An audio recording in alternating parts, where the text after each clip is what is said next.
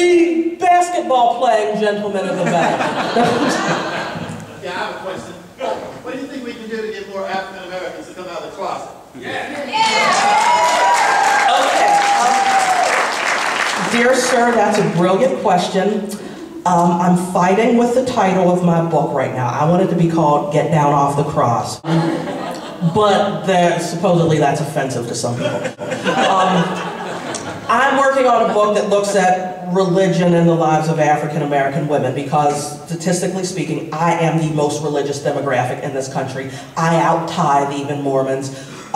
Pew backs up the independent study I did in advance of that. I won't stop talking if I answer that question. That is, get me a glass of wine and sit down and we're going to just let it on.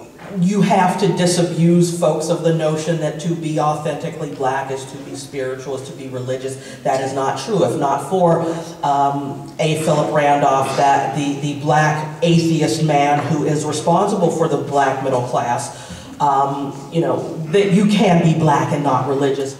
While your state was considering Amendment 1 or the marriage amendment, how you felt about it, if you're against everybody marrying, who can, men and women, you called it the marriage amendment. If you felt like that's not the role of the state to dictate, you called it Amendment 1.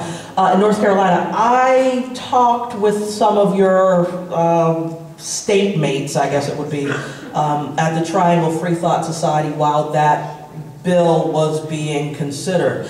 And frankly, as you Californians know, black preachers in that book, and man ought not lie down with man, it is an abomination. Let me tell you something. Who has the best church music ever? It's black people. You go into a black church and listen to all of that beautiful, wonderful music, and you look at the choir director, chances are his name is Antoine. And you realize that, black folks do not have a problem with homosexuality. We have a problem. I cannot speak for all black people. Oh, the disclaimerism in me is strong. As long as there have been black people, and particularly those with really great robes and great shoes and matching dance moves in churches, there have been black gay people who have enjoyed positions of, admiration and influence. You just don't come out and say that. And again, it's all about narrative. That's what I do as a journalist. I find some dry numbers and I find some people to talk about and I craft a story about it. The world's oldest profession, what is it? Journalist. Prostitution. You dirty-minded people. No, it's not prostitution. It's journalism. Very close. Something happened, somebody went running, on the savannah, green eyes, lying, let me tell you. We tell stories. That's how we connect. That's how we move forward as a people. It's how we've always done it. And when you allow certain people to craft that narrative and take hold of it, what they say goes. The victor crafts the story. That's why the lion is never the victor in a story, because we don't speak lion, we speak people. Black folks are religious. Men are the heads of their households. There are no black religious people who, there are no black people who aren't religious who are atheists. Well, you know what? Some of us are coming out and telling our stories, and if I could just, maybe I need to do a Kickstarter, I don't know.